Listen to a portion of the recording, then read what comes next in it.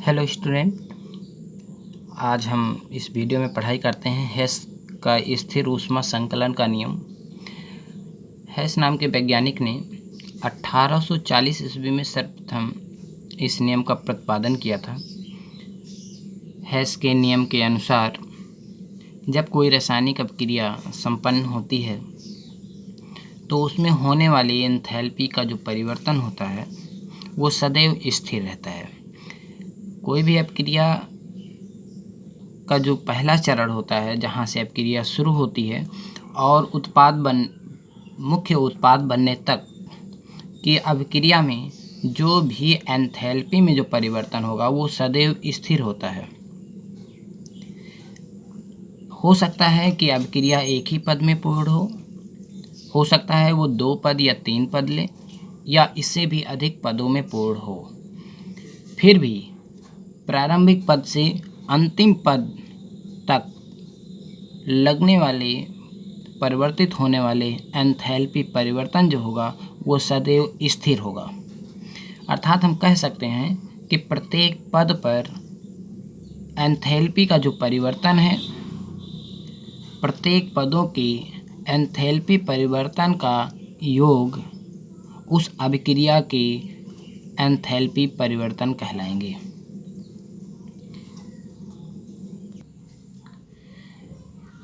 हेस ने 1840 ईस्वी में इस नियम को प्रतिपादित किया। इस नियम के अनुसार किसी भी रासायनिक अभिक्रिया में होने वाला एंथैल्पी परिवर्तन सदैव स्थिर रहता है। वह अभिक्रिया चाहे जिस विधि से या कितने भी चरणों में पूर्ण होती हो। माना एक अभिक्रिया 3 पदों में पूर्ण होती है या इससे अधिक में होती हो तो भी समझ लेते हैं। यहाँ पे अभिक्रिया के प्रत्येक पद में एंथैल्पी परिवर्तन मान लेते हैं क्रमशः डेल्टा H1, डेल्टा H2 तथा डेल्टा H3 है। तो अभिक्रिया में पूर्ण एंथैल्पी परिवर्तन जो है वो डेल्टा H होगा। अर्थात हम कह सकते हैं डेल्टा H जो है डेल्टा H अभिक्रिया संपूर्ण अभिक्रिया यानी कि प्रथम पद से अंतिम पद में जाने में पूर्ण एंथैल्पी जो परिवर्तन है वो है डेल्टा H। तो हम अगर भिन्न भिन्न पदों में हो रही तो हम कह सकते हैं कि delta H1 plus delta H2 plus delta H3, यानी कि प्रत्येक पद में होने वाले जो एंथैल्पी परिवर्तन हैं उनका जो योग होगा वो होगा अभिक्रिया का एंथैल्पी परिवर्तन।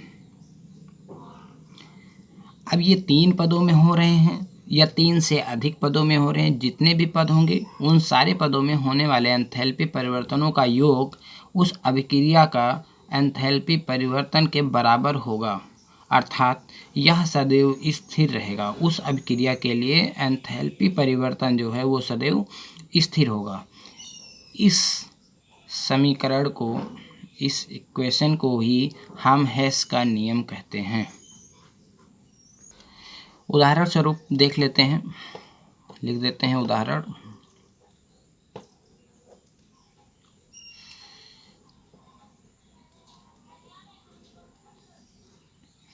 मान लेते हैं एक अभिक्रिया है जिसकी पूर्ण अभिक्रिया कार्बन को ऑक्सीजन के साथ अगर अभिक्रिया करा दिया जाए तो बनता है कार्बन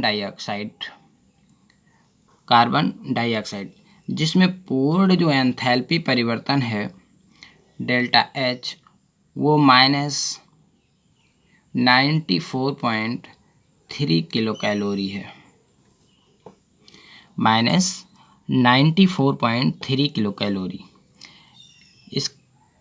लेकिन ये जो अभिक्रिया है कार्बन का ऑक्सीजन के साथ योग करना, ये अभिक्रिया 2 चरणों में कंप्लीट होती है।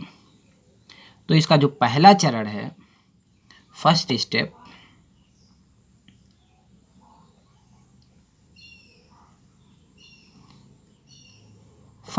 जो है इसमें होता क्या, कार्बन ऑक्सीजन आधे ऑक्सीजन के साथ सबसे पहले क्रिया करता है, हाफ O2 के साथ रिएक्शन करता है और बनाता है कार्बन मोनोऑक्साइड। क्या बनाएगा? कार्बन मोनोऑक्साइड बनाता है। प्रथम पद में एंथैल्पी में जो परिवर्तन हुआ, अभिक्रिया प्रथम स्टेप की अभिक्रिया में एंथैल्पी में जो परिवर्तन हुआ वो डेल्टा H वो होता है -26.3 किलो कैलोरी। -26.3 किलो कैलोरी की एंथैल्पी में परिवर्तन होता है। यह क्रिया जब दोबारा से सेकेंड स्टेप में जाती है, सेकेंड स्टेप में कार्बन मोनोऑक्साइड जो है वो पुनः हाफ O2 के साथ रिएक्शन करता है और बनाता है कार्बन डाइऑक्साइड। इस सेकेंड स्टेप में एंथैल्पी में होने वाला सूक्ष्म परिवर्तन है -68.0 kilo calorie. -68.0 kilo calorie. 2 step में ये अभिक्रिया कंप्लीट होती है। अब इन दोनों स्टेपों को अगर हम हेस के नियम के मुताबिक देखें तो होना क्या चाहिए, दोनों स्टेपों में एंथैल्पी का जो परिवर्तन है, मान लेते हैं ये फर्स्ट स्टेप का डेल्टा H1 हो गया और सेकेंड स्टेप का डेल्टा H2 हो गया, तो हेस के नियम के अनुसार अभिक्रिया का डेल्टा H